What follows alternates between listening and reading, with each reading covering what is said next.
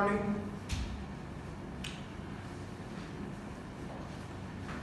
सबसे पहले आज डिस्कस करेंगे वो शीट स्टीरियोइसोमेरिज्म की।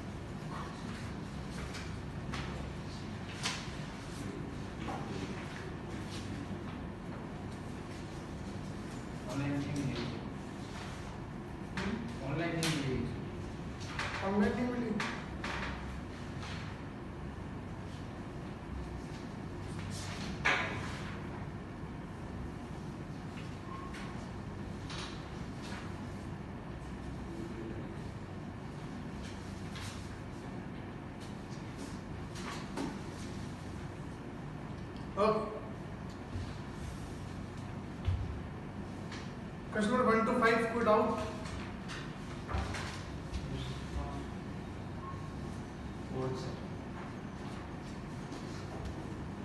फोर्थ, निम्नलिखित न्यूमैन प्रेक्षकों में से कौन सा नीचे दिए गए यौगिक को प्रदर्शित नहीं करता है?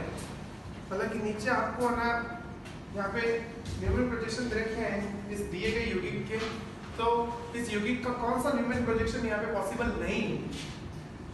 नहीं करता? आप देख लो कि भाई आपका जो है यहाँ पे न्यूमैन प्रोजेक्शन जो आपको दे रखा है, क्या उससे ऊपर वाला यौगिक बनता है?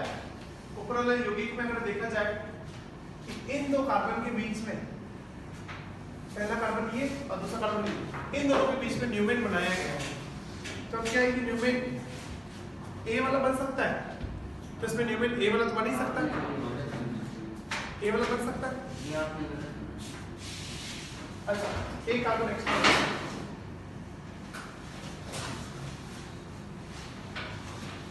हाँ, तो ये ए वाला न्यूमैन तो बन ही सकता है इसमें कि ए वाले में देखो जिस कार्बन से Cl जुड़ा हुआ है उस कार्बन के पास 2 H है। हाँ बिल्कुल, जिस कार्बन के पास Cl उसके पास 2 H है, और जो उसके पीछे वाला कार्बन होगा उसके पास 2 मिथाइल होंगे और 1 H होगा। ये सही है।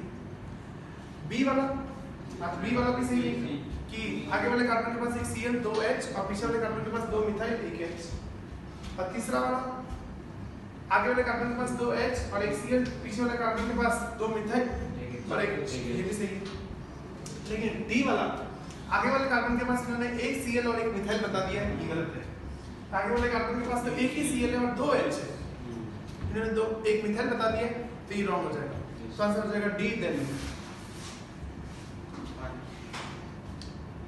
प्रश्न नंबर 5, निम्नलिखित अणु के लिए कुल कितने समरूपण संपर्क, जो आपका ये जो अणु है, ठीक है, ब्यूटेन की अगर जो यहाँ पे 1 और 2 कार्बन बता के रखे हैं, इनके अगर समरूपण बनाया जाए तो कितने समरूपण संभव है? जैसे 1 2 अगर बीच वाले कार्बन है उनके अगर समरूपण बनाते हैं तो 4 बनते हैं, याद है आपको? इनके 4 समरूपण बनते हैं। एक बनता है फुल्ली एक्लिप्स्ड, फिर एक बनता है गॉश,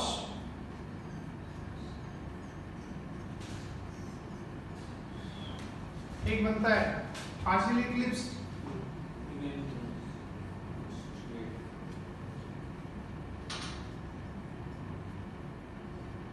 और एक बनता है एंटी। अब यहाँ पे कुल कितने समरूपण है, तो यहाँ पे आपको वो भी देखना पड़ेगा, ऑप्टिकल आइसोमर्स भी देखना पड़ेगा। ऐसे समरूपण तो इसके कितने बनते हैं? 4, ठीक है। लेकिन अब इन्होंने कुल बोल दिया है, जिसमें ऑप्टिकल वाले भी चेक करना पड़ेंगे। क्या ये ऑप्टिकली एक्टिव होगा? या नहीं होगा, ये उस तल से कट जाएगा, इन दो कार्बन के बीच का तल होगा ना, उससे कट जाएगा। ये मिथाइल और मिथाइल आमने सामने मिल जाएंगे, H और H आमने सामने मिल जाएंगे, H H आमने सामने मिल जाएंगे, तो ये तो इनएक्टिव होगा। ये ये घटेगा क्या? ये नहीं घटेगा, ना इसमें प्लेन ऑफ सिमेट्री है ना इसमें पॉइंट ऑफ सिमेट्री है, तो ये क्या होगा? एक्टिव। तो फिर इसका एक और बाइनरी होगा। इसकी बात की जाए, ये घटेगा? ये नहीं घटेगा। क्या इसमें प्लेन ऑफ सिमेट्री है? नहीं। मिथाइल के सामने H मिलेगा, H के सामने मिथाइल मिलेगा, तो प्लेन ऑफ सिमेट्री नहीं है। Point of symmetry, point of symmetry भी नहीं है, तो ये भी क्या होगा? एक्टिव होगा। तो फिर इसका एक और बाइनरी होगा। और इसमें बात की जाए, इसमें पॉइंट ऑफ सिमेट्री है। देखो इस बिंदु के ऊपर देखा जाए तो मिथाइल, नीचे देखा जाए तो मिथाइल, यहाँ पे देखा जाए तो H, यहाँ पे भी देखा जाए तो H, यहाँ पे देखा जाए H, तो इधर भी देखा जाए H, तो इसमें पॉइंट ऑफ सिमेट्री है, तो ये क्या हो जाएगा? इनएक्टिव। तो अगर देखा ये दोनों एक्टिव है तो फिर इनके बाई भी होंगे, तो कुल मिला के कितने हो गए आइसोमर्स? 6। ये 1, ये 2, ये 2 और ये।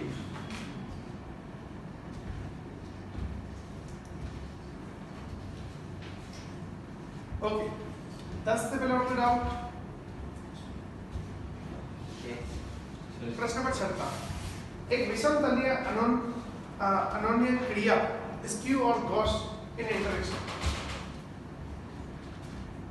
वीडियो आ रहा है?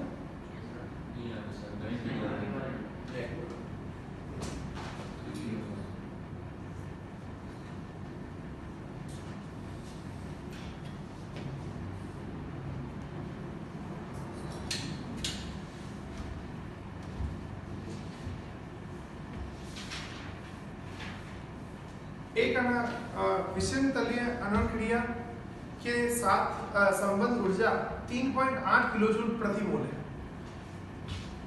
3.8 किलोजूल प्रति मोल है। HS ग्रासित अनोन्य क्रिया के साथ देखो ये क्या कह रहे हैं? एक विषम तलीय अनोन्य क्रिया के साथ संबंध ऊर्जा 3.8 किलोजूल है। इसका मतलब समझे? इसका मतलब समझ में आया?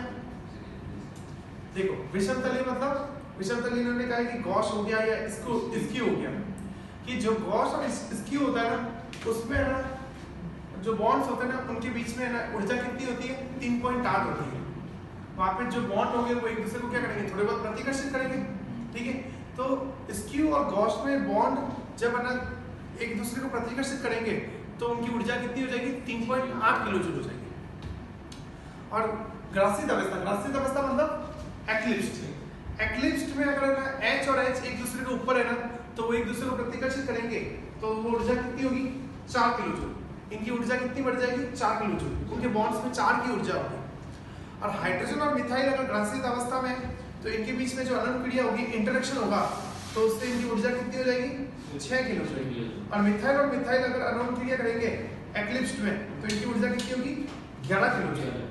अब इन्होंने कहा कि 2,3 डाइमिथाइल ब्यूटेन के सर्वाधिक स्थायी समरूपण में के लिए आपेक्षिक ऊर्जा का मान क्या होगा?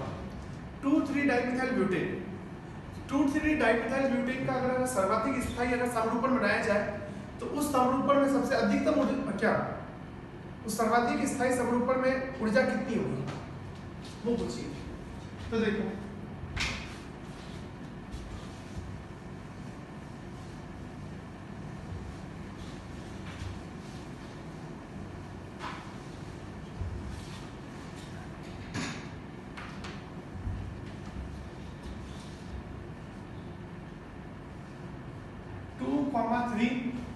डाइमिथाइल ब्यूटेन, ठीक है। ये इसका अगर समरूपण बनाया जाए तो देखो एक ये कार्बन एक ये कार्बन, इस कार्बन के पास एक H 2 मिथाइल, ठीक है। और पीछे वाले कार्बन के पास भी 2 मिथाइल और एक H। इसमें अगर समरूपण कराया जाए तो 60 डिग्री से अगर घुमाएंगे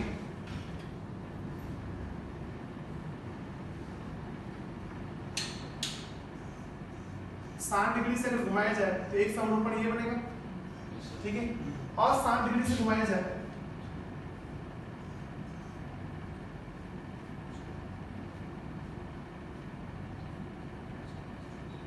एक समरूपण ये बनेगा, और 60 डिग्री से घुमाया जाए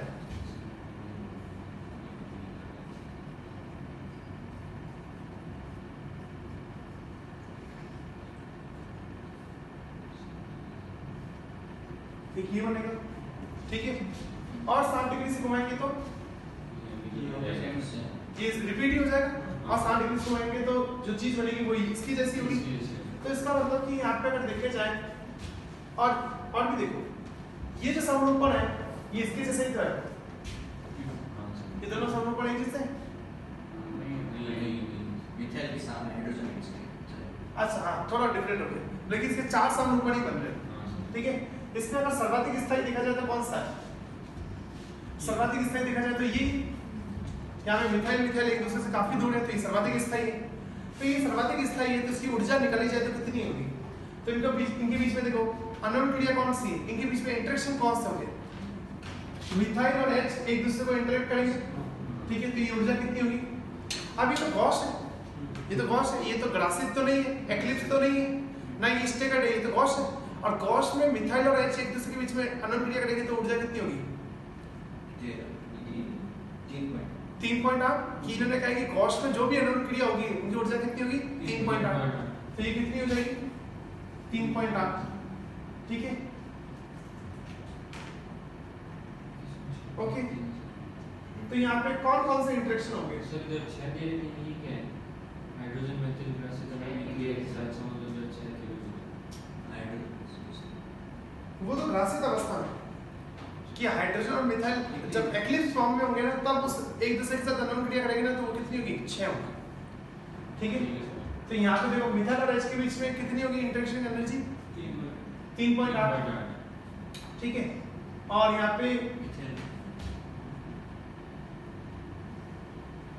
मिथाइल और H की देख ली और 3.8 ये हो जाएगी, और मिथाइल मिथाइल के बीच में मिथाइल मिथाइल के बीच में ये कितनी हो जाएगी? ये भी 3.8 ही तो होगी। भाई जब गॉस में होंगे तो सबकी ऊर्जा क्या है?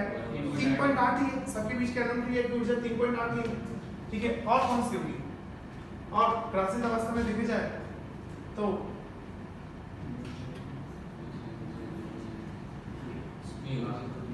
3.8 ये हो गई, टोटल कितनी हो गई? 7.6। आंसर क्या दिखा? 7.6, ठीक है। कि यहाँ पे देखे जाए तो कौन कौन सी अणु क्रिया होगी? मिथाइल और H एक दूसरे के साथ अणु क्रिया करेंगे, मिथाइल मिथाइल एक दूसरे के साथ अणु क्रिया करेंगे, तो टोटल कितनी होगी? 7.6, बस हो गया। आया समझ में?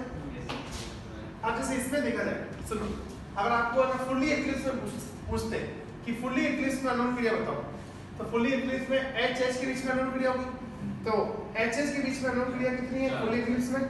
4। मिथाइल मिथाइल के बीच में होगी, मिथाइल मिथाइल के बीच की कितनी है? 11। तो टोटल कितनी होगी? 11 और 4 15। आए समझ में? ठीक है।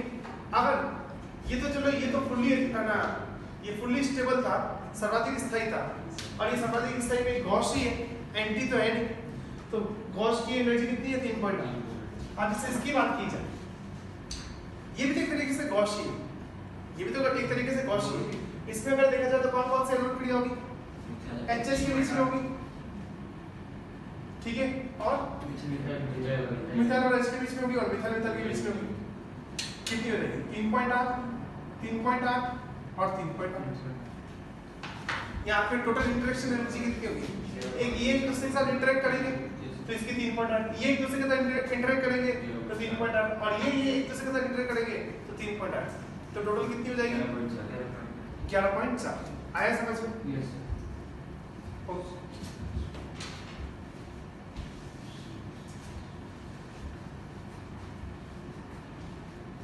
दस से बिलो डाउट? 8वां, हाँ 8वां बता।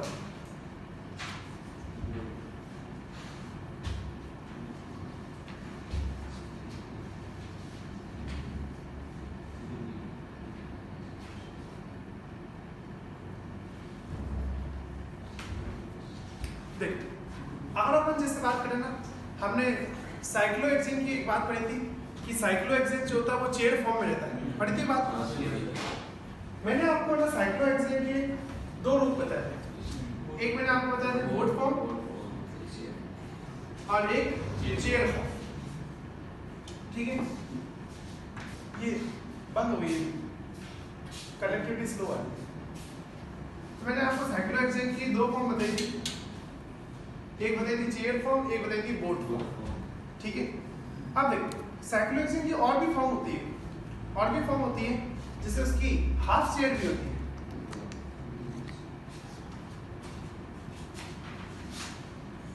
किसको कहा जाता है हाफ चेयर। देखो ये फुल चेयर है, अब इस चेयर में इस कार्बन को ऐसे सीधा कर दो, ये जो कार्बन है ना चार इनके प्लेन में लेके आ जाओ पांचवें कार्बन को, तो ये हाफ चेयर बन जाएगी, ठीक है। तो चेयर कैसे होती है, ये ऊपर वाला कार्बन, फिर ये दो कार्बन, फिर ये दो कार्बन, फिर ये नीचे वाला कार्बन, तो ये चेयर हो गई। अब एक काम करो, इस कार्बन को ऐसे ऊपर लेके आ जाओ, तो वो हाफ चेयर हो जाएगी। कार्बन, दो कार्बन, फिर ये दो कार्बन, फिर ये कार्बन, तो ये हो जाएगी हाफ चेयर, ठीक है।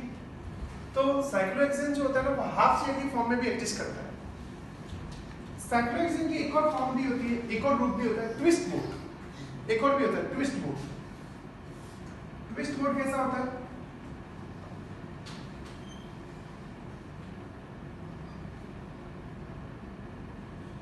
ऐसा, ये ट्विस्ट बोट। कितने कार्बन हो गए, 1 2 3 4 5 हो गए ट्विस्ट बोट। ये होता है ट्विस्ट बोट, मतलब कि जो बोट होती है ना, बोट देखो कार्बन, फिर ये दो कार्बन, फिर ये दो कार्बन, फिर ऊपर एक कार्बन, ये बोट हो गई, एक कार्बन। ये जो बोट है ना इसको ट्विस्ट कर दो, इसको मोड़ दो ऐसे, ये हो जाएगी ट्विस्ट बोट, ठीक है। तो साइक्लोहेक्सेन के कुल मिला के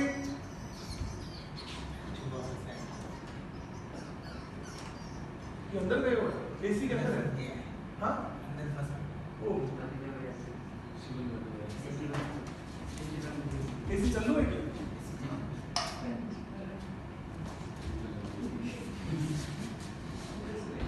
क्या हुआ, ठंड नहीं, इसको वो अंदर की मशीन जो होगी वो गर्म हो गई होगी, ठीक है।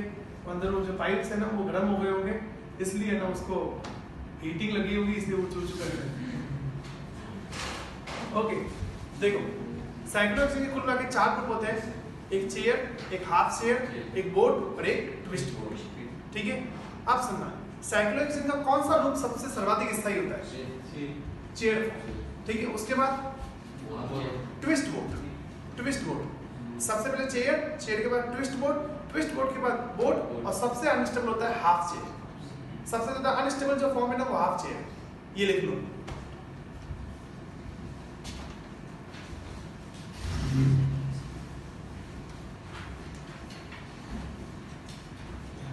हाँ ठीक है,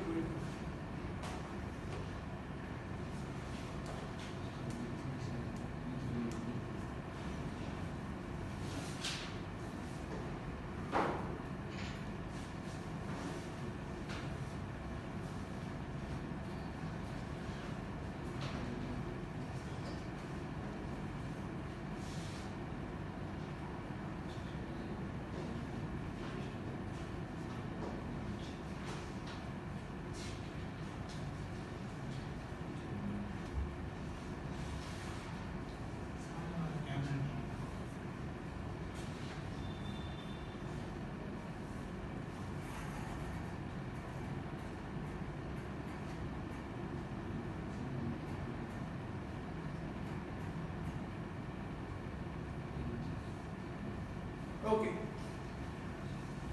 अब आप ये सवाल देखो कि इसमें इन्होंने ना ये जो चेयर फॉर्म है इसके ऊर्जा के स्तर बता के रखे हैं। तो चेयर जो फॉर्म है ना उसकी ऊर्जा सबसे कम बता के रखी है, तो सही बात है क्योंकि चेयर जो होती है वो सबसे ज्यादा स्टेबल होती है, तो उसकी ऊर्जा क्या होगी, सबसे कम। अब यहाँ पे पहला और चौथा जो है ना उसकी ऊर्जा सबसे ज्यादा बता के रखी है, तो ये पहला चौथा कौन सा होगा, हाफ चेयर, हाफ चेयर होगा, क्योंकि पहले और चौथे के संरचना की ना ऊर्जा सबसे ज्यादा बता के रखी है। इसका मतलब कि जिसकी ऊर्जा सबसे ज्यादा वो क्या होगा, सबसे ज्यादा अनस्टेबल। तो पहले और चौथे की ऊर्जा सबसे ज्यादा है, इसका मतलब कि वो सबसे ज्यादा अनस्टेबल है, तो वो कौन से होंगे, हाफ चेयर। और फिर दूसरे की ऊर्जा जो है सबसे कम बता के रखी है, दूसरे की ऊर्जा सबसे कम है, इसका मतलब दूसरे की ऊर्जा सबसे ज्यादा नहीं है, मतलब कि सेकंड नंबर पे उसकी ऊर्जा है, ठीक है। सबसे कम किसकी है, चेयर की, उससे थोड़ी ज्यादा किसकी होगी? ट्विस्ट बोट की। तो दूसरा कौन सा आ जाएगा? Twist boat. ठीक है, और उससे ज्यादा ऊर्जा किसकी है? तीसरे की। तो तीसरा क्या हो जाएगा? बोट। और चौथा क्या हो जाएगा? Half chair. आए समझ में? तो देखो सबसे कम किसकी ऊर्जा होगी? चेयर की। फिर उससे थोड़ी सी ज्यादा किसकी होगी? ट्विस्ट बोट की। फिर उससे ज्यादा किसकी होगी? बोट की। और सबसे ज्यादा किसकी होगी? Half chair. आगे समझ में? अब ये ऊर्जा की स्तर देख लो।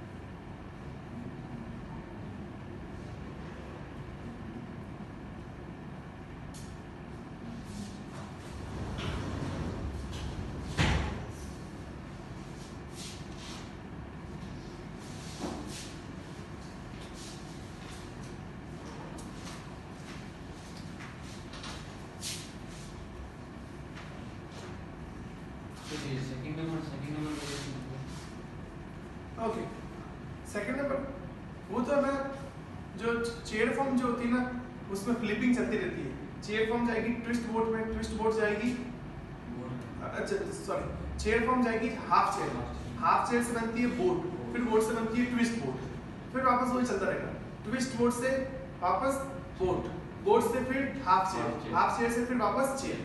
इसलिए वो बता क्या कि पहले चेयर, चेयर से हाफ चेयर, हाफ चेयर से बोट, तो बोट बनेगी, फिर ट्विस्ट बोट बनेगी, फिर ट्विस्ट बोट से वापस बोट, फिर बोट से वापस ट्विस्ट बोट, फिर हाफ चेयर, फिर चेयर। ठीक है, वो फ्लिपिंग चलती रहती है। जैसे एक्लिप्स स्टैगर्ड में, स्टैगर्ड एक्लिप्स में, एक्लिप्स स्टैगर्ड में, स्टैगर्ड एक्लिप्स में, ऐसे इनके बीच में फ्लिपिंग चलती रहती है। तो इन्होंने वो लगातार जो फ्लिपिंग चल रही है तो उसकी ऊर्जा का स्तर बताया। ठीक है, कि दो ना ये जो दो बार दो लिखा है ना, तो दो बार दो लिखा है, इसका मतलब कि ये स्ट्रक्चर दो बार रिपीट हो गया। और दो बार एक और चार लिखा है, तो इसका मतलब कि ये भी दो बार रिपीट हो रहा है कि एक चेयर से दूसरी चेयर में जाना है, एक चेयर को दूसरी चेयर में अगर फ्लिप होना है तो बीच में दो क्या होते हैं, दो बार रिपीट होते हैं। एक और चार क्या होते हैं, दो बार रिपीट होते हैं, और तीसरा एक बार ही आता है। ठीक है, तो वो जो दो बार रिपीट हो रहे हैं दो वो कौन से हो जाएंगे? Twist boat. और एक और चार क्या हो जाएंगे? Half chair. और जो तीसरा हो जाएगा वो क्या हो जाएगा? Boat form. ओके, 10 से पहले और कोई डाउट? 10 से पहले नमा हो गया, नमा हो गया, तो आप तो बोल रहे हो 10 से पहले कोई डाउट ही नहीं है। नमा कहाँ पूछा? नौका समरूपण में कितनी ग्रासित एचएच अंतःक्रिया हो सकती है? जो नौका जो फॉर्म होती है, नाव वाली जो आकृति होती है, बोट फॉर्म होती है, उसमें कितने एचएच प्रतिक्रिया होगी? तो भाई देखो यहाँ पे अगर नौका में बात की जाए ना, ये कार्बन और इस कार्बन के पास कितने एच है? 2, और इसके पास भी कितने एच है? ये 2। और ये जो 2 एच और ये 2 एच होते हैं बिल्कुल आमने सामने होते हैं। ठीक है, कि बोट फॉर्म में जो 2 कार्बन होते हैं ये ऊपर की तरफ होते हैं, और इनके जो एच निकल रहे होते हैं ना वो बिल्कुल इनके एक दूसरे के क्या होते हैं? आमने सामने होते हैं। तो इसलिए इन एचएच के बीच में क्या होगा? प्रतिकर्षण होगा। इस एचएच के बीच में क्या होगा? प्रतिकर्षण होगा। इन 2 एच के बीच में प्रतिकर्षण होगा, इन 2 एच के बीच में प्रतिकर्षण होगा। तो यहाँ पे कितने प्रतिकर्षण चल रहे हैं? एचएच 4। ठीक है, तो यहाँ पे 4 एचएच अंतःक्रिया होगी, 4 एचएच प्रतिकर्षण होगी। आंसर क्या देगा?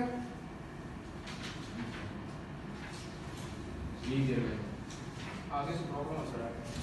ठीक है, 15 से किलो और डाउट?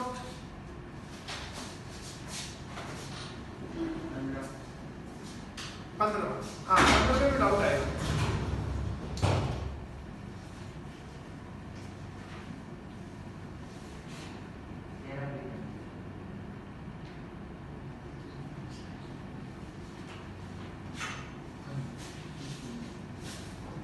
थियरी में डाउट है कि निम्नलिखित में से कितने डायोड में से कौन प्रतिबिंब रूपों के युग्मों के रूप में रह सकता है, मतलब कि किसके एनिशमर होंगे, कि मतलब कि इन्होंने बोला है कि इसमें से कौन सा डायोड जो होगा वो प्रतिबिंब के रूपों में रह सकता है, बल्कि किसके एनिशमर होंगे।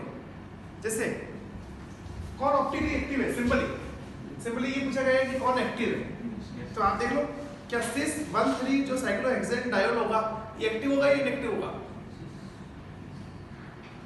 सिस 13 डायोड ये इनएक्टिव होगा, कट जाएगा ये तो। ट्रांस 13 हाँ ये एक्टिव होगा नहीं, अगर साइक्लोहेक्सेन पे अगर 2 वोल्ट्स लगे हुए हैं पहले और तीसरे पे, अगर वो ट्रांस में तो वो नहीं कटेगा, वो एक्टिव होगा, तो एक्टिव होगा, ये तो होना चाहिए सवाल। और 1/4 पे अगर सिस में अगर 2 डायोड हो तो वो इनएक्टिव होगा, कट जाएगा, एक वोल्ट जैसे ऊपर एक वोल्ट जैसे बाहर की तरफ ऐसे कट जाएगा। और ट्रांस भी कट जाएगा, एक वोल्ट जैसे ऊपर और नीचे में कार्बन का वोल्ट जैसे अंदर जा रहा है तो ये भी कट जाएगा ऐसे। और वरना पॉइंट ऑफ सिमेट्री देख लो, इसमें तो पॉइंट ऑफ सिमेट्री भी है। अगर पहले और चौथे कार्बन पे अगर 2 OH है, ठीक है, और ये साइक्लोहेक्सेन है तो ये कट जाएंगे। ये तो अपने प्रैक्टिस करी थी नहीं, तो किसके प्रतिबिंब होंगे, मतलब जो ऑप्टिकली एक्टिव होगा। ओके 15 से डाउट डाउट 15 में डाउट। चलिए हाँ 15 क्वेश्चन नंबर 15 को समझाते हैं।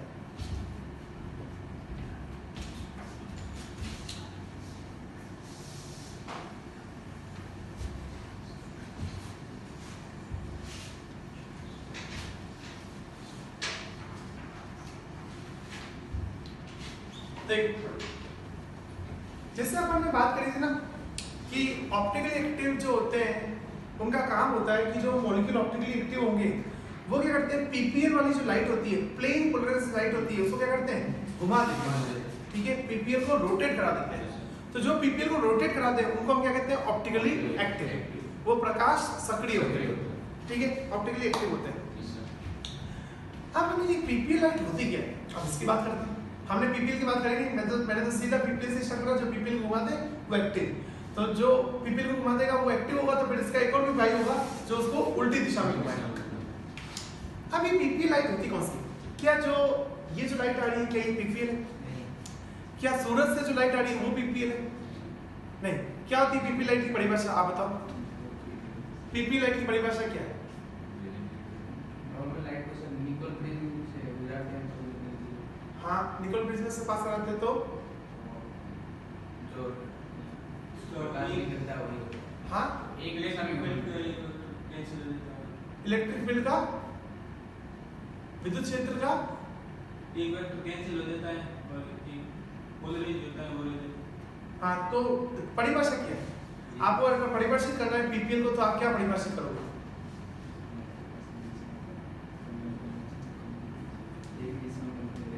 हाँ बोलो मनीष बोलो।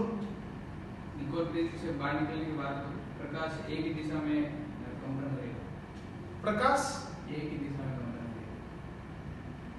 है ना, प्रकाश या विद्युत से,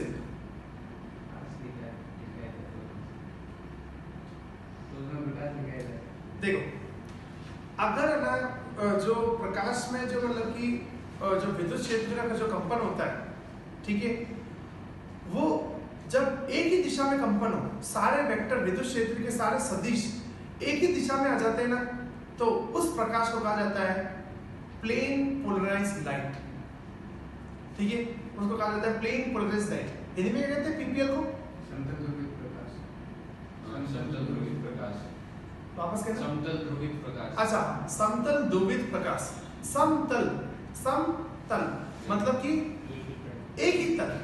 आपने क्या करा है कि वो जो विद्युत क्षेत्र के जो वेक्टर है आप उनको एक ही तल में लेके आ चुके हो, एक ही तल में आपने ध्रुवित कर दिया, तो उस प्रकाश को कहा जाता है समतल ध्रुवित प्रकाश, प्लेन पोलराइज्ड लाइट। जैसे अगर अपन जैसे बात करें कि जो लाइट होती है, जो सूरज से जो प्रकाश आ रहा है, ठीक है, जो यहाँ से ये जो ट्यूबलाइट से जो लाइट आ रही है हमारे पास, इस लाइट में क्या हो रहा है कि कंपन हो रहा है, वाइब्रेशन हो रहा है, किसका, एक विद्युत क्षेत्र का और एक चुंबकीय क्षेत्र का। ये आपको पता है ना कि ये जो लाइट होती है ये विद्युत चुंबकीय तरंगें होती है, इसमें विद्युत क्षेत्र का और चुंबकीय क्षेत्र का कंपन होता है। और यहाँ पे जो विद्युत क्षेत्र का और चुंबकीय क्षेत्र का जो कंपन होता है वो आपस में क्या होता है, लंबवत होता है। कि अगर जैसे मान लीजिए कि विद्युत क्षेत्र अगर इस तल में, ठीक है, विद्युत क्षेत्र का अगर कंपन इस तल में हो रहा है तो चुंबकीय क्षेत्र का जो कंपन होगा वो इसके लंबवत होगा, वो इस तल में होगा, ठीक है, वो इस तल में होगा।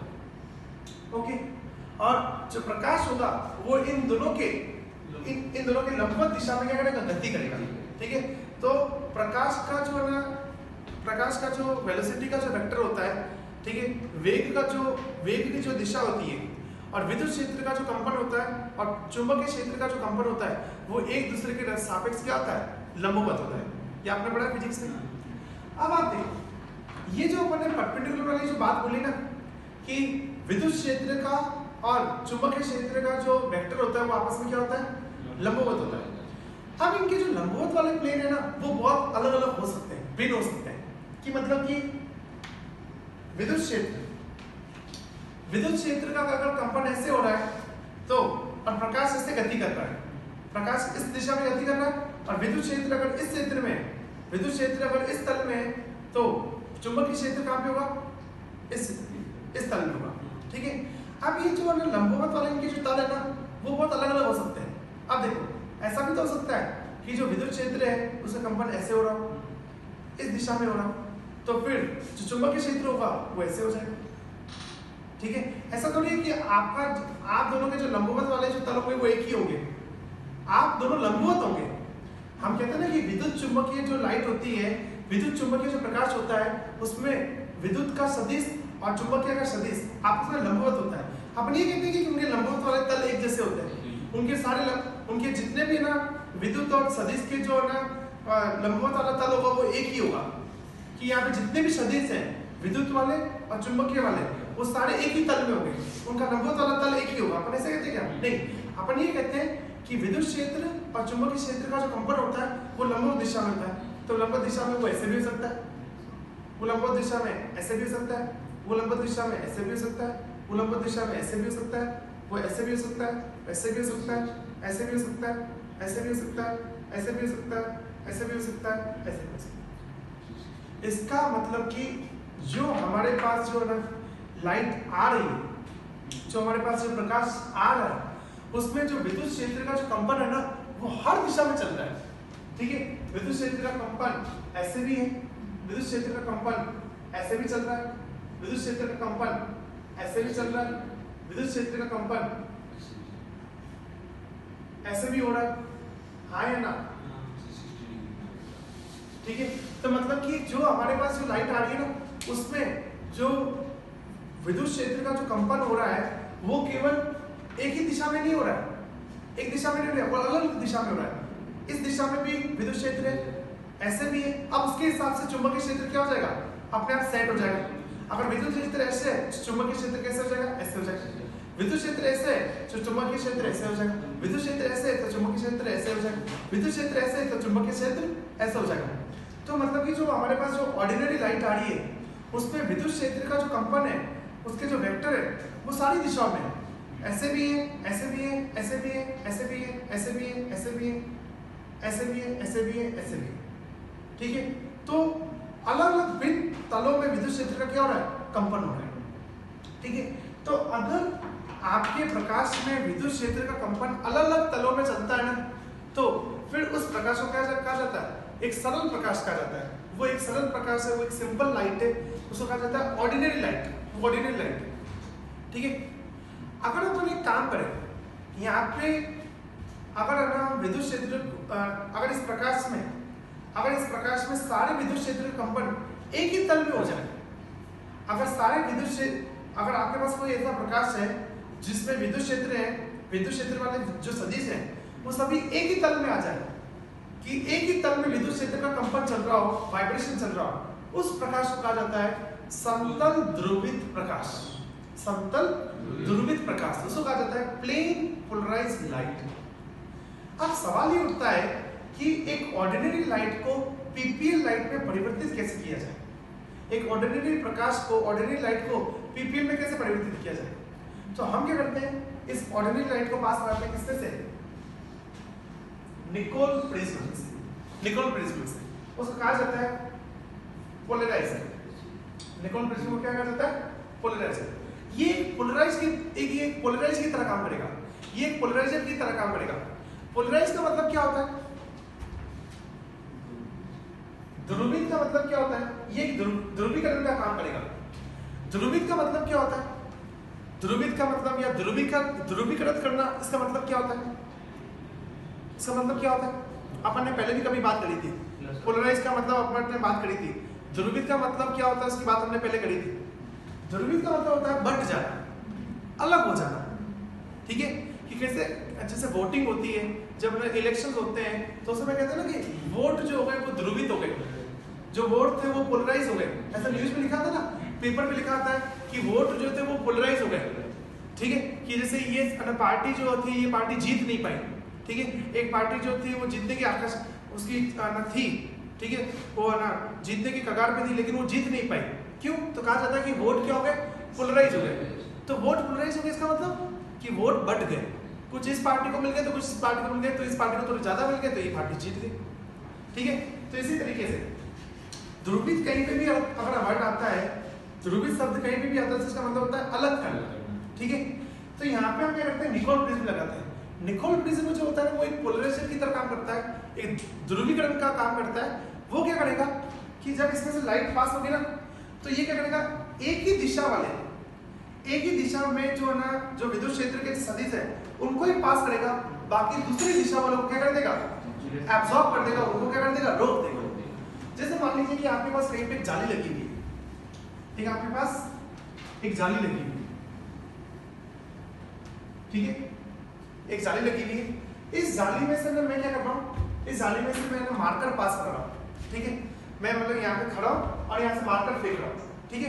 और मार्कर को मैं जो फेंक रहा हूँ ना, वो एक ही दिशा में नहीं फेंक रहा हूँ, एक ही तल में नहीं फेंक रहा हूँ, मैं अलग अलग तल पे फेंक रहा हूँ। मैं मार्कर कुछ ऐसे भी फेंक रहा हूँ, कुछ मार्कर ऐसे भी फेंक रहा हूँ, कुछ टेढ़े भी फेंक रहा हूँ, कुछ ऐसे भी फेंक रहा हूँ, कुछ ऐसे भी फेंक रहा हूँ, कुछ ऐसे फेंक रहा हूँ, कुछ ऐसे फेंक रहा हूँ और कुछ ऐसे फेंक रहा हूँ। तो आप मुझे बताओ कि जो मार्कर मैं इस जाली में से फेंकूंगा, ठीक है, तो क्या सारे के सारे जो मार्कर होंगे वो उस तरफ गिर जाएंगे क्या? नहीं गिर पाएंगे। कौन से मार्कर पास होंगे? जो इसके समांतर है, जो इसके समांतर तल में आ रहे हैं, जो ये जाली का जो गैप है, उस गैप के जो समांतर तल में जो मार्कर इसमें जाएंगे वो क्या हो जाएंगे, पास हो जाएंगे। जो ऐसे टेढ़े हैं वो ऐसे टकराएंगे और नीचे गिर जाएंगे। जो ऐसे हैं, जो इसके बिल्कुल लंबवत है, वो भी टकराएंगे, गिर जाएंगे। जो ऐसे टेढ़े हैं वो भी टकराएंगे, गिर जाएंगे। जो ऐसे हैं वो भी टकराएंगे और गिर जाएंगे। जो ऐसे हैं वो निकल जाएंगे। जो ऐसे हैं वो टकराएंगे, गिर जाएंगे। जो ऐसे हैं टकराएंगे, गिर जाएंगे। तो मैंने क्या करा, यहाँ से इस जाली में से अलग अलग तल में मार्कर को फेंका, ठीक है। तो क्या सारे मार्कर उधर पास हो पाएंगे? तो जवाब है नहीं, ठीक है। तो एक तरीके से ये जाली कैसा काम कर रही है, एक पोलराइजेशन की तरह काम कर रही है। इसने क्या करा कि उन्हीं मार्कर को पास करा, उन्हीं मार्कर को वहां से गुजरने दिया जो मार्कर इसके गैप के क्या है, समांतर है, तो वो यहाँ से निकल जाएंगे। और जो इसके समांतर नहीं है, जो इसके इसके तल के टेढ़ी दिशा में या जो इसके लंबवत दिशा में आएंगे, उनको ये क्या करेगी, वापस वहां पे गिरा देगी, रोक देगी। तो पोलराइजर जो होता है, जो ये पोलराइजर होता है, ठीक है, इसका भी काम ये होता है कि इसमें भी क्या होता है कि इस तरीके से यहाँ पे ना क्रिस्टल अरेंज होते हैं कि जिनके बीच में क्या होता है, गैप होता है। जिनके बीच में क्या होता है, गैप होता है, ठीक है। तो ये पोलराइजर क्या करता है कि जब लाइट इसमें से आती है ना, तो लाइट इसमें से जब आती है तो ये उन्हीं सदिश को यहाँ से पास होने देगा, उन्हीं विद्युत क्षेत्र के सदिश को यहाँ से गुजरने देगा जो विद्युत क्षेत्र के सदिश क्या होंगे, इसके समांतर होंगे, इसके समांतर होंगे, उनको यहाँ से गुजरने देगा, ठीक है, उन्हीं सदिश को पास होने देगा। और जो सदिश इसके अंदर इसके गैप के समांतर नहीं होंगे, लंबवत होंगे या थोड़े टेढ़े होंगे, उनको ये क्या कर लेगा, एब्सॉर्ब कर लेगा। तो जब यहाँ से जब लाइट निकलेगी, जब यहाँ से बाहर प्रकाश आएगा, तो उस प्रकाश में जो विद्युत क्षेत्र के जो ना वेक्टर होंगे, विद्युत क्षेत्र के जो सदिश होंगे, अब वो सभी दिशाओं में नहीं होंगे, वो सारे जो सदिश होंगे वो एक ही दिशा में क्या कर रहे होंगे, कंपन कर रहे होंगे। और वो कौन सी दिशा में कंपन करेंगे, जिस दिशा को इसने पास होने दिया, जिन सदिशों को इन्होंने पास होने दिया, एक ही तल वालों को, तो जो सदिश यहाँ से पास हो गए वही केवल इसमें वाइब्रेट करेंगे, और जो सदिश जो यहाँ पे थोड़े टेढ़े थे, लंबवत थे, वो यहाँ पे क्या हो जाएंगे, एब्जॉर्ब हो जाएंगे। और इस लाइट को कहा जाता है PPN, प्लेन पोलराइज्ड लाइट। आया समझ? ठीक है, ओके। अब देखो ये क्लियर हुआ कि अब जो ये जो लाइट मिलेगी ना, इसको हम कहेंगे PPN। वो जो लाइट थी ना वो PPN नहीं थी, उसमें तो क्या हो रहा था, उसमें तो सभी दिशाओं में क्या हो रहा था, हर समवत दिशा में विद्युत क्षेत्र का क्या हो रहा था, कंपन हो रहा था। तो हर समवत दिशा में विद्युत क्षेत्र का कंपन हो रहा था, तो इसलिए वो ऑर्डिनरी लाइट थी। लेकिन जैसे ही वो लाइट यहाँ से पोलराइजेशन में से पास होगी, तो पोलराइजेशन क्या करेगा, एक ही सदिश वाले को पास होने देगा, एक ही तल में जो सदिश है उनको गुजरने देगा, बाकी दूसरे तल वाले सदिश को क्या कर लेगा, अवशोषित कर लेगा। तो अब जो यहाँ से जो लाइट निकलेगी, उस लाइट में केवल एक ही तल में सारे सदिश होंगे, बाकी किसी दूसरे तल में सदिश नहीं होंगे। तो इस लाइट को हम कहते हैं PPN, प्लेन पोलराइज्ड लाइट। आया समझ में? इसने क्या करा, आप हिंदी में क्या कहते हो, समतल विद्युत, समतल ध्रुवित प्रकाश, मतलब कि समतल ध्रुवित प्रकाश। इसने एक ही तल वालों को क्या होने दिया, ध्रुवित होने दिया, बाकी सबको क्या कर दिया, अलग कर दिया। समतल एक ही तल में प्रकाश को लेके आ गया, एक ही तल में क्या कर दिया, सदिश को लेके आ गया, और बाकी दूसरे सदिश को क्या कर दिया, एब्सॉर्ब कर दिया। आया समझ? अब यहाँ पे क्या करते हैं, हम बीच में एक ट्यूब लगा देते हैं, यहाँ पे लगा देते हैं एक ट्यूब, बीच में एक ट्यूब लगा देते हैं, ठीक है। और इस ट्यूब के इस तरफ दाई तरफ एक और हम पोलराइजर लगा देते हैं, एक और निकोल प्रिज्म लगा देते हैं। ये भी एक निकोल प्रिज्म था और यहाँ पे भी एक निकोल प्रिज्म है, लेकिन इस निकोल प्रिज्म को क्या कहा जाता है, जिसको कहा जाता है एनालाइजर। इसको कहा जाता है एनालाइजर, क्योंकि ये काम आता है एनालाइज करने में, लाइट की दिशा को पता लगाने में। और इस तरफ से हम देखते हैं, ठीक है। अब देखो समझ सकते, यहाँ पे क्या करते हैं कि अब जैसे ना हमें नहीं पता है, अभी तो मैंने क्या किया, आपको यहाँ पे ये लकड़ी दिखाई है, तो आपको लकीरें मैंने दिखाई, तो आपको लग रहा है कि ये बीच में गैप है, ठीक है। तो ये गैप जो है वो इस दिशा में, तो इस दिशा में जो प्रकाश होगा, इस दिशा में जो विद्युत क्षेत्र होंगे वो पास हो जाएंगे, तो मैंने आपको दिखाया है।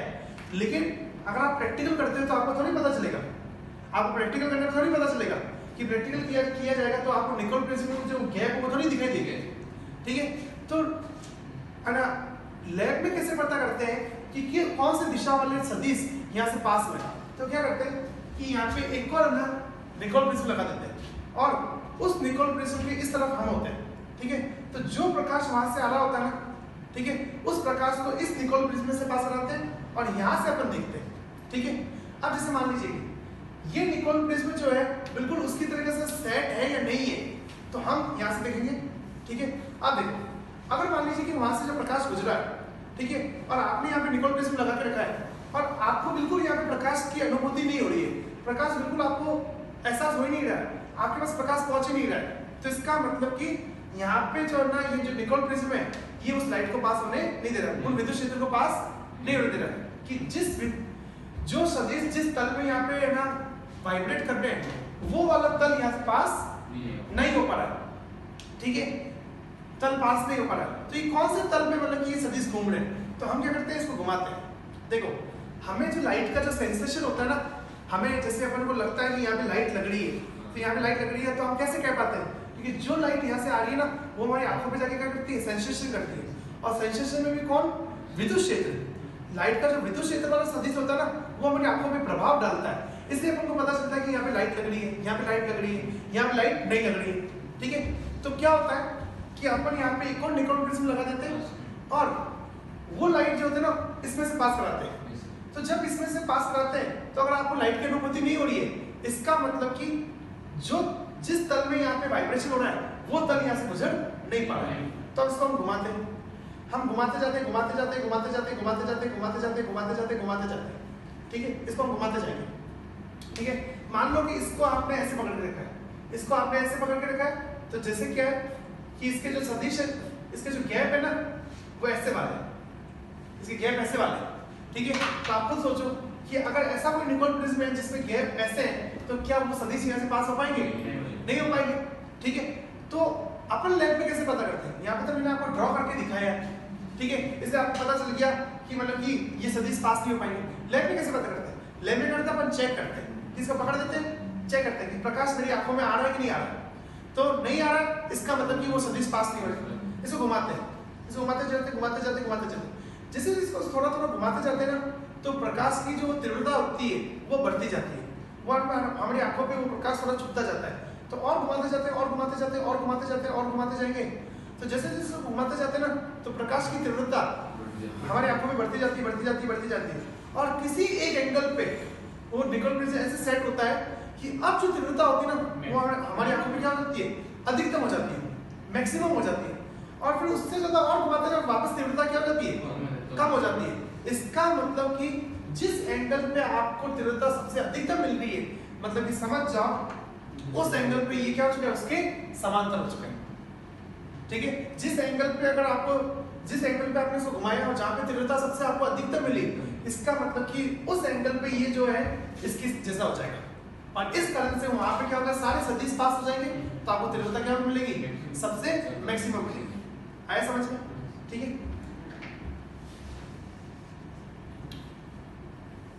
ठीक है, और मैं अभी वो ऐसे बता देता हूं। आया समझ में, क्लियर हुआ? ओके, अब अपन जैसे करते हैं ना कि जो ऑप्टिकली एक्टिव होते हैं वो लाइट को घुमा देते हैं, ठीक है, किसी एंगल पे घुमा देते हैं। वो कैसे पता करते हैं कि जो ऑप्टिकली एक्टिव जो मॉलिक्यूल होते हैं, प्रकाश सक्रिय जो मॉलिक्यूल होते हैं वो लाइट को लाइट का घूर्णन करा देते हैं किसी एंगल पे 5 डिग्री से, 2 डिग्री से, 1 डिग्री से, 10 डिग्री से। ये कैसे पता करते हैं? तो हम क्या करते हैं, यहाँ पे पोलराइजर और एनालाइजर के बीच में एक ट्यूब रख देते हैं और इस ट्यूब के अंदर उस मॉलिक्यूल का क्या ले देते हैं, सॉल्यूशन ले लेते हैं, मॉलिक्यूल का सॉल्यूशन लेते हैं, ठीक है। यहाँ पे उस मॉलिक्यूल का यहाँ पे सॉल्यूशन भर देते हैं, ठीक है। इस ट्यूब को कहा जाता है पोलरीमीटर ट्यूब, पोलरीमीटर ट्यूब। अब देखो मैंने सबसे पहले क्या करा, इस एनालाइजर को उसके समांतर सेट कर दिया तो जिससे क्या हुआ, जो प्रकाश उसने पास कराया एज इट इज वो प्रकाश इससे भी पास हो जाएगा और मेरी आंखों में अधिकतम तीव्रता मिलेगी। अब मुझे चेक करना है कि कोई मॉलिक्यूल ऑप्टिकली एक्टिव है या नहीं है, तो उस मॉलिक्यूल को यहाँ पे भर दो और ये प्रकाश जो यहाँ से आ रहा है एनालाइजर में से उसको इस मॉलिक्यूल में से पास करो। अगर ये इनएक्टिव होगा तो क्या होगा, ये प्रकाश जो होगा सीधा पास हो जाएगा और मुझे लाइट क्या मिलेगी, अधिक तीव्रता वाली मिलेगी। तो अगर मुझे अधिक तीव्रता वाली लाइट मिली जैसे पहले मिल रही थी, इसका मतलब कि समझ जाओ कि इस मॉलिक्यूल ने लाइट को घुमाया नहीं है, इसका मतलब कि ये क्या हो जाएगा, इनएक्टिव हो जाएगा। अगर ये मॉलिक्यूल ऑप्टिकली एक्टिव होगा तो क्या होगा, जैसे ही लाइट यहाँ से ना पास होगी तो ये क्या करेगा, लाइट को घुमा देगा, या तो क्लॉकवाइज या तो एंटी क्लॉकवाइज। और जैसे ही घुमाएगा ना तो अब जो यहाँ से लाइट गुजर के आपके पास आएगी ना उसकी तीव्रता क्या हो जाएगी, एकदम से कम हो जाएगी।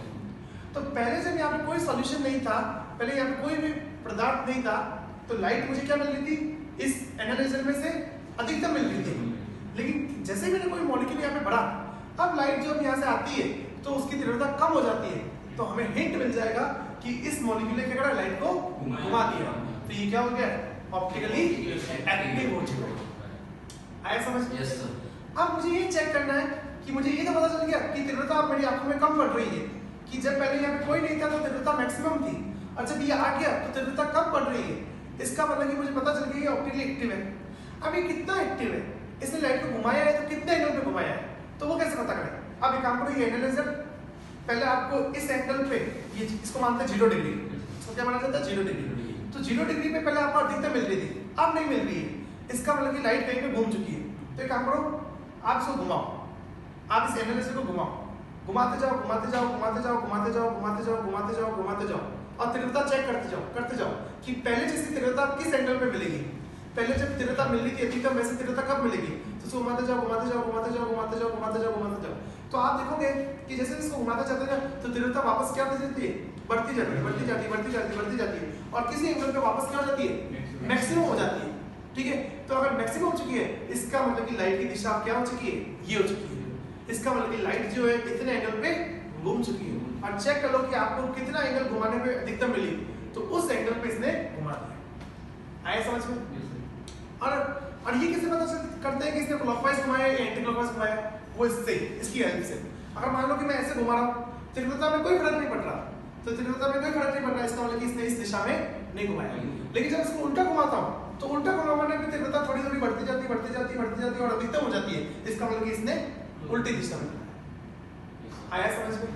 ठीक है। तो लैब में इस तरीके से घूर्णन पता करा जाता है कि कोई मॉलिक्यूल ऑप्टिकली एक्टिव है या नहीं है, तो उसको इस पोलराइजर और एनालाइजर की मदद से पता करता है। ठीक है। और यहाँ पे लाइट कौन सी होती है? PPM, plane polarised light. Clear हुआ? अब देखो यहाँ पे जो मॉलिक्यूल, जो अपन मॉलिक्यूल पढ़ते हैं, जो सॉल्यूशन पढ़ते हैं, ये सॉल्यूशन लाइट को रोटेट करा देता है। ये कितने एंगल से रोटेट कराएगा? ये जो सॉल्यूशन होगा, ये लाइट को कितने एंगल से रोटेट कराएगा? तो ये प्रोपोर्शनल होता है सांद्रता के। किसके प्रोपोर्शनल होता है? सांद्रता के। कि आप कितने एंगल से लाइट को घुमाओगे, वो किस पे डिपेंड करेगा? यहाँ पे सांद्रता पे डिपेंड करेगा कि इस विलियन की सांद्रता कितनी है। ये विलियन जितना ज्यादा सांद्रित होगा ना, तो आप उतना ज्यादा क्या करोगे? लाइट को घुमाओगे। तो अगर यहाँ पे कोई ऑप्टिकली एक्टिव मॉलिक्यूल है, प्रकाश सक्रिय अगर कोई है ना विलियन है, अगर वो जितना ज्यादा सांद्रित होगा, तो फिर रोटेशन क्या होगा? उतना ज्यादा होगा। ठीक है। और यहाँ पे जो ऑप्टिकल रोटेशन होता है, कि जो ऑप्टिकल रोटेशन जो होगा, आप कितने एंगल से घुमाओगे, वो इस ट्यूब की लंबाई पे भी डिपेंड करता है। अगर इस ट्यूब की लंबाई जितनी ज्यादा होगी, तो रोटेशन जो होगा उतना बढ़ता जाएगा, क्योंकि ट्यूब की लंबाई जितनी ज्यादा होगी, तो उसमें सॉल्यूशन उतना लंबा फैला हुआ होगा। और जैसे लाइट वहां पे पास होती जाएगी, तो सॉल्यूशन रास्ते में बहुत ज्यादा फैला हुआ है, तो लाइट को घुमाता जाएगा, तो लाइट का रोटेशन वाला एंगल क्या हो जाएगा? बढ़ता जाएगा। ठीक है। तो आप कितने एंगल पे घुमाओगे, वो दो बातों पे डिपेंड करता है, एक तो आपकी सांद्रता पे और एक आपकी लंबाई पे। ठीक है। और यहाँ से जब अपन प्रोपोर्शनल का साइन हटाते हैं, तो यहाँ पे एक कांस्टेंट आता है और उसको हम डिनोट करते हैं अल्फा से। ठीक है। और इस अल्फा को कहा जाता है स्पेसिफिक रोटेशन। ये रोटेशन है और ये स्पेसिफिक रोटेशन है। और स्पेसिफिक रोटेशन को हिंदी में कहते हैं विशिष्ट घूर्णन। ओके। सबसे इंपॉर्टेंट बात ये है कि ये जो सांद्रता होती है, ये सांद्रता यहाँ पे किसमें नापी जाती है? सांद्रता यहाँ पे नापी जाती है ग्राम प्रति सेंटीमीटर क्यूब। सेंटीमीटर क्यूब या ml, सेंटीमीटर क्यूब ml एक ही बात। तो ध्यान रखना कि यहाँ पे सांद्रता जो है वो मोल प्रति लीटर में नहीं है, सांद्रता यहाँ पे ग्राम प्रति सेंटीमीटर क्यूब। और यहाँ पे जो लंबाई जो है ना नापी जाती है, लंबाई जो यहाँ पे ली जाती है, वो डेसीमीटर में ली जाती है। ठीक है। तो ऑप्टिकल रोटेशन में जो लंबाई लेते हैं वो डेसीमीटर में लेते हैं, जो सांद्रता लेते हैं वो ग्राम प्रति centimetre cube. Okay.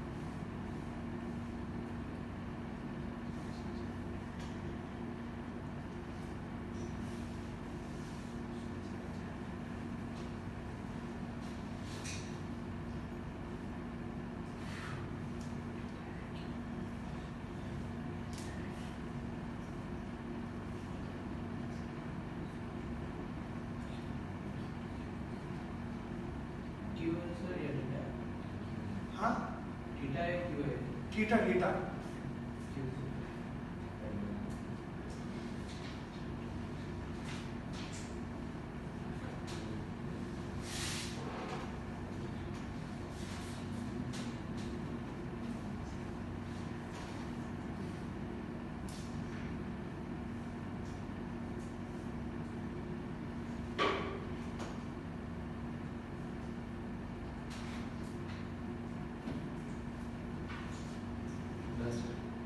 Done.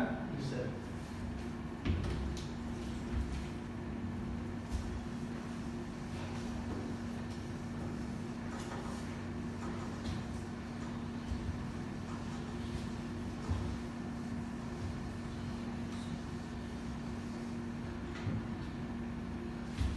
Okay अब देखिए कुछ सवाल करते हैं कि आपके पास कोई सॉल्यूशन है, उसका ऑप्टिकल रोटेशन आ रहा है 10 डिग्री, ठीक है, जिसमें उसकी सांद्रता 2 ग्राम प्रति ml थी और ट्यूब की लंबाई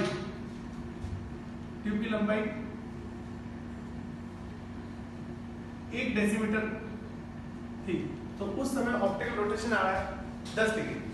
तो पहला क्वेश्चन आप ये बताइए कि स्पेसिफिक रोटेशन क्या होगा, विशिष्ट घूर्णन कितना होगा?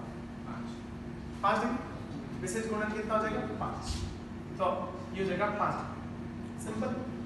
ओके, दूसरा क्वेश्चन, अगर अपन सांद्रता को अगर डबल कर दें, 2 से 4 कर दें, तो बताओ ऑप्टिकल रोटेशन पे क्या फर्क पड़ेगा और अल्फा पे क्या फर्क पड़ेगा? ऑप्टिकल रोटेशन कितना हो जाएगा? थीटा कितना हो जाएगा? थीटा हो जाएगा 20। क्योंकि अगर आप सांद्रता को तो 2 गुना करोगे तो जो रोटेशन है वो क्या हो जाता है? 2 गुना हो जाता है। कि रोटेशन जो होता है, जो घूर्णन होता है वो सांद्रता के क्या होता है? समानुपाती होता है। अगर सांद्रता डबल होगी तो रोटेशन भी क्या हो जाएगा? डबल हो जाएगा। स्पेसिफिक रोटेशन में क्या फर्क पड़ेगा? स्पेसिफिक रोटेशन क्या होगा? स्पेसिफिक रोटेशन वही है 5। इसमें कोई फर्क नहीं पड़ेगा, स्पेसिफिक रोटेशन वही रहेगा। क्योंकि स्पेसिफिक रोटेशन क्या है? थीटा अपॉन सांद्रता इनटू लंबाई। अब देखो सांद्रता बढ़ेगी तो थीटा भी तो बढ़ जाएगा, तो फिर ये रेशियो तो वही रहेगा ना। अगर आप सांद्रता बढ़ाओगे तो थीटा भी बढ़ जाएगा, इसलिए स्पेसिफिक रोटेशन में कोई फर्क नहीं पड़ता। ठीक है, दूसरा क्वेश्चन, हमने लंबाई को आधा कर दिया, 1 से हाफ डेसीमीटर कर दिया, तो अब बताओ अब क्या फर्क पड़ेगा? तो अब थीटा क्या हो जाएगा, अल्फा क्या होगा? तो थीटा कितना हो जाएगा? 5। थीटा 5 हो जाएगा और अल्फा 5 ही रहेगा। ठीक है, तो ठीक, अगर आपने लंबाई को आधा कराया तो रोटेशन क्या हो जाएगा? आधा हो जाएगा।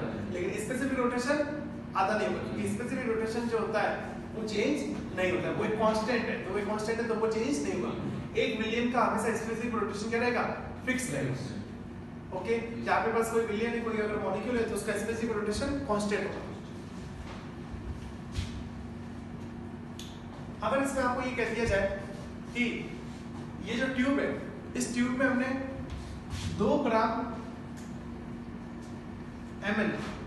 प्रति ml हमने 2 ग्राम ले लिया, 3 ले लिया, 3 ग्राम प्रति ml हमने, और हमने यहाँ पे विलियन ऐड कर दिया, यहाँ पे विलियन और मिला दिया। कि आपके पास जो ये मॉलिक्यूल था ना एक ट्यूब के अंदर जिसकी सांद्रता कितनी थी? 2 ग्राम प्रति ml, तो हमने 3 ग्राम प्रति ml और मिला दिया।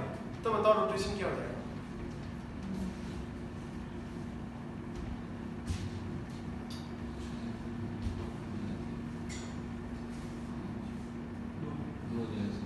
कितना हो जाएगा? 2 का पक्का कि 2 ग्राम प्रति ml था, 3 ग्राम प्रति ml और मिला दिया।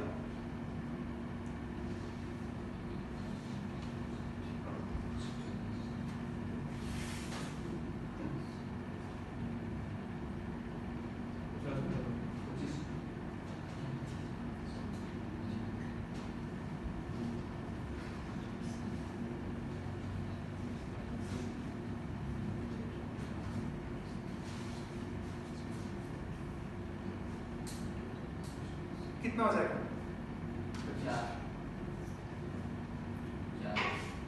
4 हो जाएगा। हाँ 4 हो जाएगा, 4 हो जाएगा, सही है। देखो पहले से यहाँ पे विलियन कितना था? 2 ग्राम प्रति ml, मतलब कि 1 ml में कितना था? 2 ग्राम। अब आप क्या कर रहे हो? एक और विलियन मिला रहे हो, उसका ही कितना? 3 ग्राम प्रति ml, मतलब कि आप एक और विलियन मिला रहे हो 3 ग्राम प्रति ml, तो टोटल विलियन कितना हो जाएगा? 2 + 3 5 ग्राम हो जाएगा। और आयतन कितना हो जाएगा?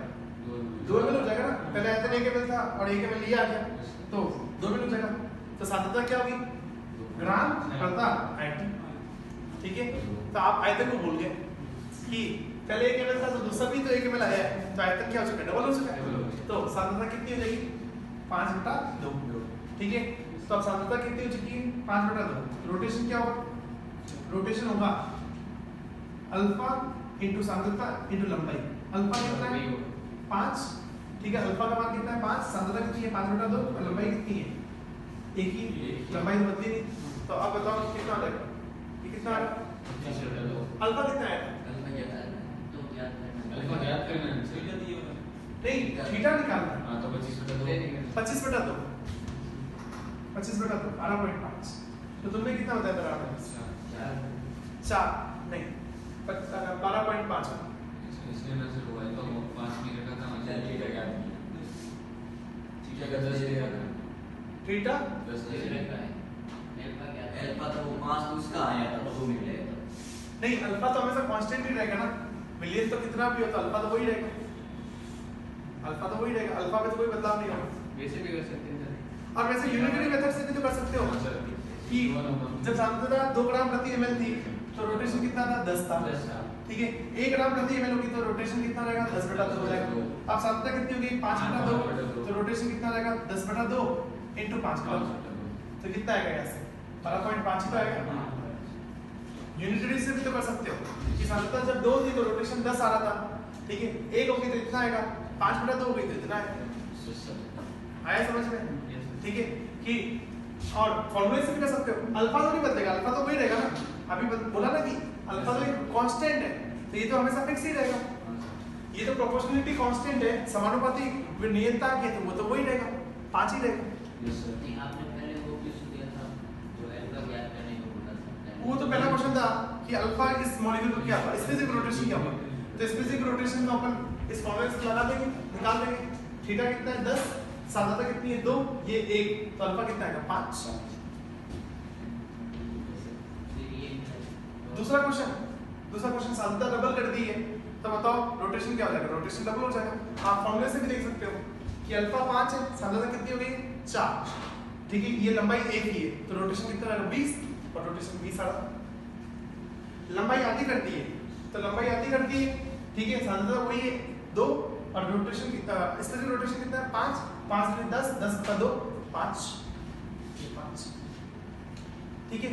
और इसमें भी अपन वो सवाल बना सकते थे कि अल्फा पे क्या फर्क पड़ेगा, कि अगर 3 ग्राम प्रति ml विलियन अगर मिलाते हैं इसमें, तो अल्फा पे क्या फर्क पड़ेगा? तो अल्फा पे कोई फर्क नहीं पड़ेगा, अल्फा 5 ही रहेगा। भाई ये तो विशिष्ट गुणन है, तो ये तो विलियन का एक विशिष्ट गुणन है, वो तो फिक्स रहेगा। विशिष्ट गुणन क्या होगा? इसकी परिभाषा देखी जाए तो क्या है? अल्फा बराबर थीटा बटा सी इंटू लंबाई, ठीक है। कि मतलब ये विशिष्ट गुणन क्या होगा? विशिष्ट गुणन वो गुणन होगा जिस समय आपकी सांद्रता 1 हो जाए और लंबाई 1 हो जाए, कि 1 डेसीमीटर और 1 ग्राम प्रति ml सांद्रता पे जो आप रोटेशन आता है उसको क्या कहते हैं? विशिष्ट गुणन। तो ये तो फिक्स होगा ना, तो हमेशा फिक्स होगा, क्योंकि ये 1 के हिसाब से, यूनिट के हिसाब से। विशिष्ट गुणन कभी चेंज नहीं होगा, गुणन चेंज होगा, रोटेशन चेंज होगा, समझे?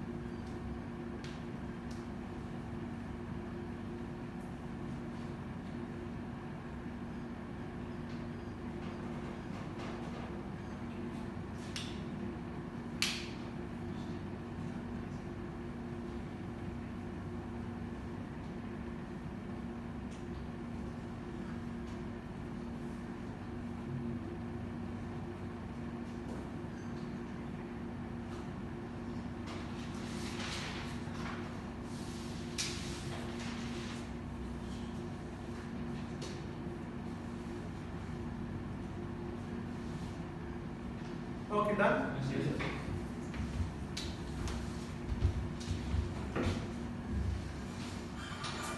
अब इसमें और सवाल, जैसे हाँ एक और बात, जो एनेंशियोमर होता है, जो एनेंशियोमर लाइट को क्लॉकवाइज घुमाता है ना, उसको लिखा जाता है डी, छोटे डी से, उसको कहा जाता है डेक्स्ट्रो रोटेटर।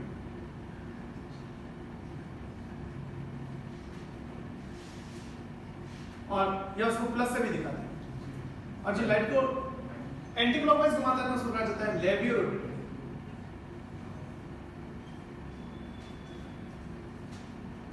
लेवियो रोटेटर, और इसको माइनस से लिखा, ठीक है, डेक्स्ट्रो रोटेटरी और लेवियो रोटेटरी, ठीक है। अब अगर ना आपके पास कोई प्योर एनेंशियोमर है, ठीक है, उसका ऑप्टिकल रोटेशन है +5 डिग्री, ठीक है, इसको प्लस क्यों बताया समझ गया होगा, क्योंकि ये डेक्स्ट्रो वाला है, ठीक है, उसका रोटेशन +5 डिग्री है, ओके। अगर मान लीजिए कि आपके पास एक एनेंशियोमर का मिक्सचर है,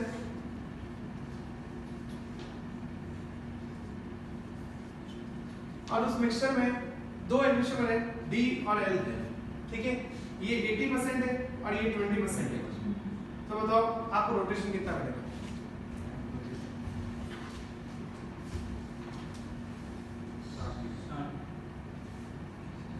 कि आपके पास एक एनेंशियोमर का मिक्सचर है, तो वहां पे बताओ आपको रोटेशन कितना मिलेगा?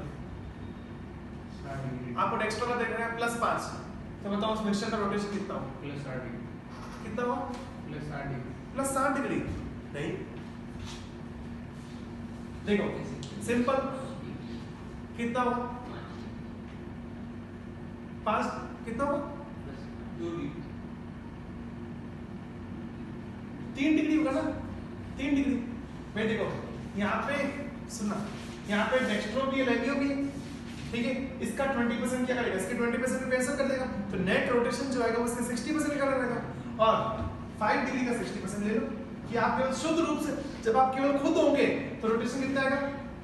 अगर आप 100% होंगे तो रोटेशन कितना आएगा? 5 डिग्री। लेकिन आप यहाँ पे कितना नेट 60%, तो आपका रोटेशन जो आएगा नेट 60% का रहेगा, तो ये वैल्यू कितनी हो जाएगी? 3। सिंपल। इसमें क्या था?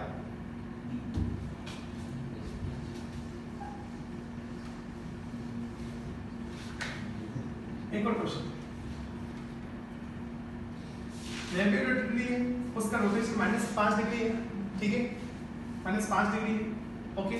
तो बताओ अगर इनका रेसिमिक मिक्सचर होगा तो रेसिमिक मिक्सचर का रोटेशन कितना मिलेगा? रेसिमिक मिक्सचर का रोटेशन कितना होगा? 0। रेसिमिक मिक्सचर मतलब 50-50 का मिक्सचर, तो 50-50 का मिक्सचर होगा तो वो एक दूसरे को क्या करते हैं? कैंसिल, तो नेट रोटेशन क्या है? कितना हो जाएगा? 0। आया समझ? ठीक है।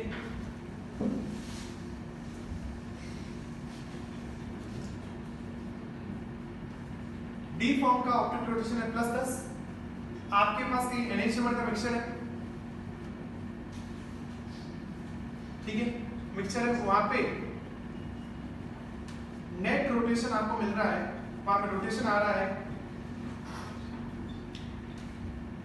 वहां पे रोटेशन आ रहा है 4 डिग्री, -4 डिग्री। तो बताओ उस एनेंशियोमर मिक्सचर में कौन कितना परसेंट?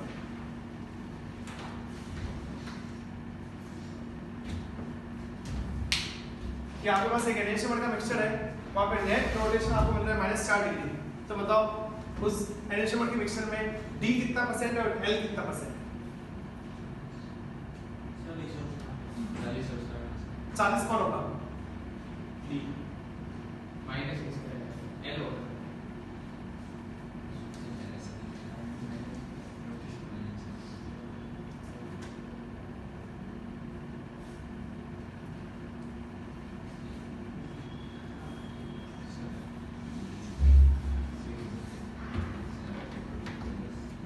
कितना है? 60। ये कितना है? 60। ये कितना है? 40। नहीं 40 नहीं, 70 और 30, 70 और 30, कि ये सुनना रोटेशन कितना है -4 डिग्री, तो नेट रोटेशन -4 डिग्री समझना। तो इसका मतलब कि लेवल वाला एक्सेस में, लेवल वाला आधिक्य में, कितना आधिक्य में, तो ये कितना परसेंट है भाई देखो, डेक्स्ट्रो का +10 है तो लेवल कितना हो जाएगा -10। तो जब आप 100% हो गए तो रोटेशन कितना आएगा -10, और अभी कितना आ रहा है -4। इसका मतलब कि आप कितना परसेंट एक्सेस हो, 40% एक्सेस हो। तो आप 40% एक्सेस हो तो इसका मतलब कि बाकी का जो 60% है वो तो एडिशन वो डेसिमल मिक्सचर हो गया, ठीक है। तो 60 में ये 30 होगा और ये 30 होगा, तो ये एक दूसरे के 30 को कैंसिल कर देंगे तो 40 एक्स्ट्रा बचेगा, तो उसका रोटेशन कितना आएगा -4। आया समझ में कि नेट रोटेशन -4 मिल रहा है, इसका मतलब कि 40% एक्सेस है। तो ये 40% एक्सेस है, इसका मतलब ये नहीं कि ये 40% है, ये 40% है नहीं, 40% एक्सेस है। अब सुनो रुको, आप अगर कह रहे हो ना कि ये 40% है तो फिर आप इसको 60% कह रहे हो, तो इसका 40 से 40 को कैंसिल कर देगा, तो नेट रोटेशन इसमें 20 ही करना आएगा, तो रोटेशन पॉजिटिव आना चाहिए, लेकिन रोटेशन तो नेगेटिव आ रहा है। क्लियर हुआ? तो आप 40% जो कह रहे हो वो है नहीं, 40% अधिक है। तो इसका मतलब कि 40% अभी अधिक है, तो बाकी का जो 60% का मिक्सचर है उसमें ये दोनों कितने 30-30 है, तो उन दोनों ने 30-30 को एक दूसरे को कैंसिल कर दिया, इसलिए नेट रोटेशन इसके 40% का आ रहा है। इसका मतलब कि ये 40% एक्स्ट्रा है, तो बाकी का जो 60% है वो क्या है, डेसिमिक मिक्सचर है। तो ये हो जाएगा 30, ये हो जाएगा 30, और 30 और 40 70, तो ये 70%, ये हो गया 30%। आया समझ में? ठीक है।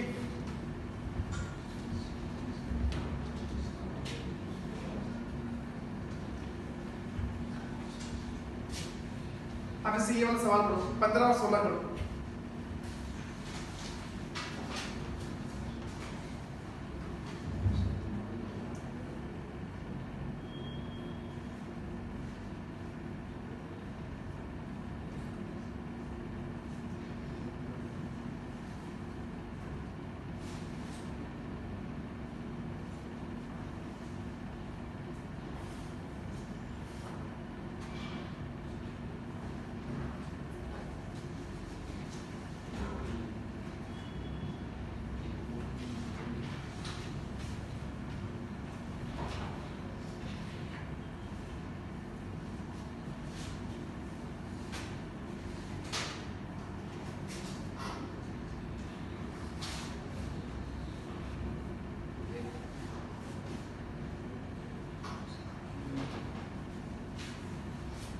हो गया? ठीक है। अब 156 वाला सवाल करो।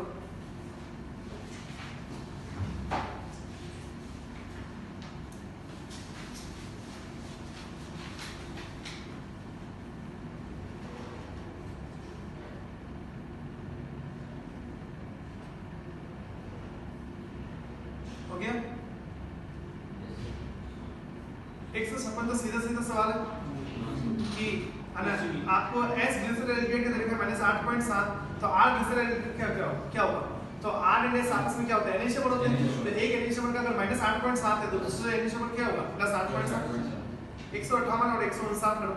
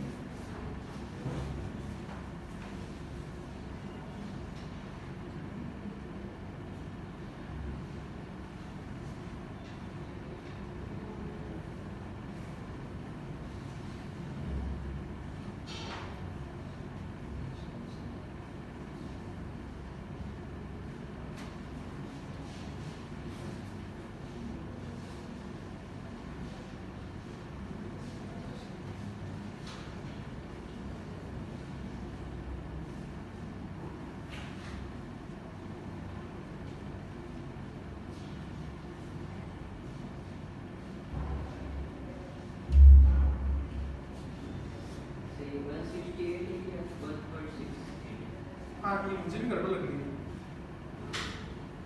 इधर तक 1.68 होगा, ये 1.68 होगा।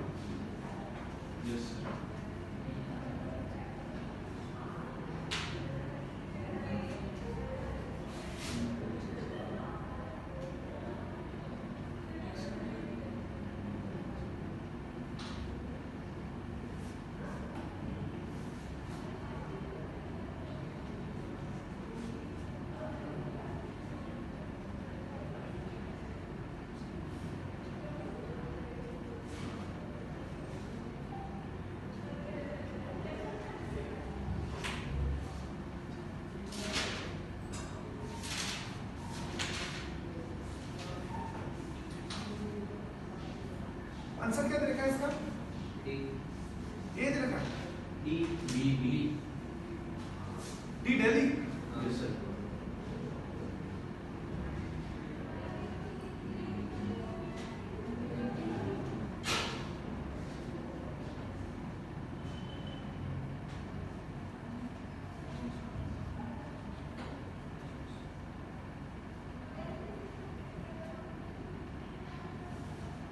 नहीं, सवाल में कुछ गड़बड़ लग रही है, आप 159 कर दो।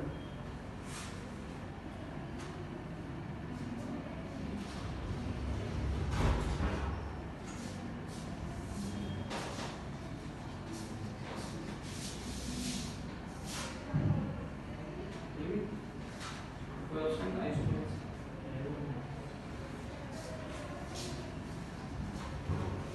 आप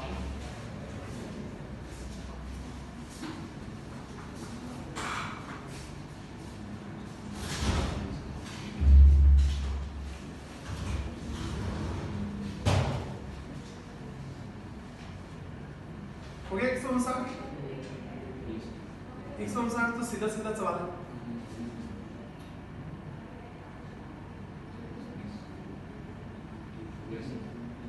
हो गया? क्यों नहीं हुआ? सिंपल है ना, 40% और 60% का मिक्सचर है, तो उसका 40 से 40 को कैंसिल कर देगा, तो नेट रोटेशन जो आएगा 20% का हो जाएगा। और ये प्लस वाला है, ठीक है, तो आपका रोटेशन कितना देगा? -158, तो ये तो माइनस वाले का देगा, तो प्लस वाले का क्या होगा? +158। अब वो प्लस वाला 100% होगा तो उसका 158 होगा, लेकिन अभी तो 20% है, 20%। तो फिर रोटेशन कितना आएगा? 158 का 20%, 1/5 का 20% कितना होता है? 5वां हिस्सा, तो कितना हो जाएगा? 32 डिग्री, तो प्लस का 32 डिग्री हो जाएगा। ओके, चलिए, तो हाँ बोलो, क्या हुआ?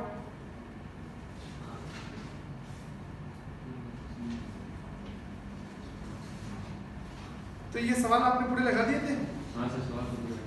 हुए थे सवाल, समझ में आए थे सवाल? शुरुआत वाले सर थोड़े, मतलब बीच वाले क्वेश्चन थोड़े कम है, बाकी लास्ट वाला शुरुआत वाला थोड़ा। अच्छा ठीक है, ओके, चलो इनको डिस्कस करेंगे।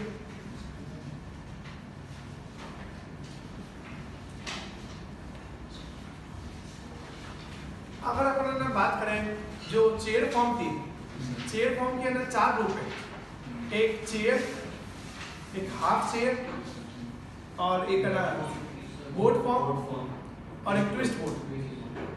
आप मुझे बताओ, चेयर फॉर्म जो होगी वो ऑप्टिकली एक्टिव होगी या इनएक्टिव होगी? चेयर फॉर्म, चेयर इनएक्टिव हो जाएगी।